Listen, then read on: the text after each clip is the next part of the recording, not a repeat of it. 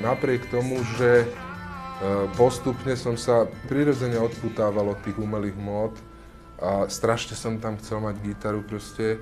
A to sa priznám, že najmä z ľudského hľadiska kvôli Andrejovi Šebanovi, lebo som ho mal proste vždy strašne rád. A aj v minulosti, keď som proste mal veľmi rád nejakých ľudí z branže, ľudsky, tak som strašne túžil s nimi pracovať. Rozdelíme vkladné knižky, 50-50 treba hrať. Scenár káže hľadieť z výšky, no nenazerať do karát.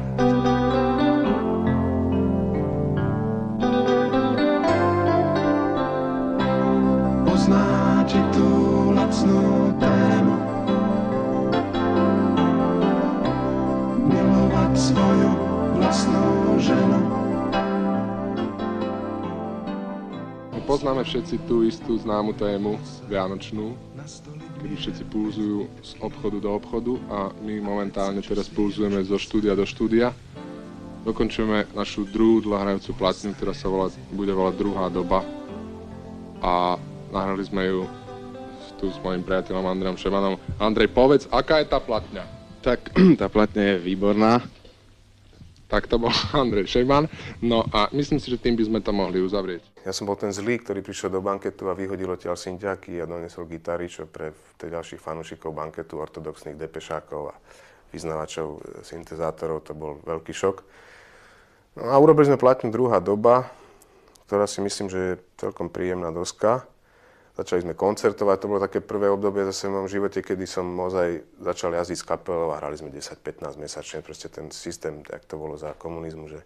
No a to vydržalo 3 roky s tým, že Richard stále do mňa húčal, že je treba nejaký hit, federálny hit, aj v Čechách a na Slovensku a hit. A ja som taký hit nevedel napísať. A tak som začal mať mindráky, to je hrozné, ja neviem hit, Patejdl to vie a tak. A potom si povedal, to je úplná blbosť nakoniec.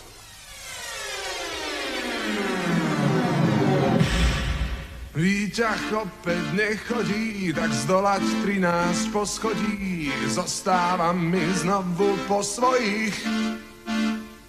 Na schodoch čo si šramotí a neón, kde tu nesvieti. Ešte, že sa po tme nebojím. A počuť hlasné stereo, aj výstrahy pred neverou.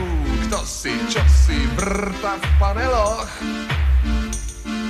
A Tatra matky rodeo zasmieša sa tu s operou. Všetko počuť cestou po schodoch. Štekot smutnej kolie za premárnené prémie. Vyhráža sa manžel rozvodom. Disko, tenis, árie, kritika televízie. Od dnes chodím iba po schodoch. Musíme si naliať čisté vína. Na Slovensku nikdy neexistoval Big Beat. Ak Elán o sebe tvrdil, že je rocková kapela, tak to bolo naozaj nesmierne smiešne. Na Slovensku existoval jeden strašný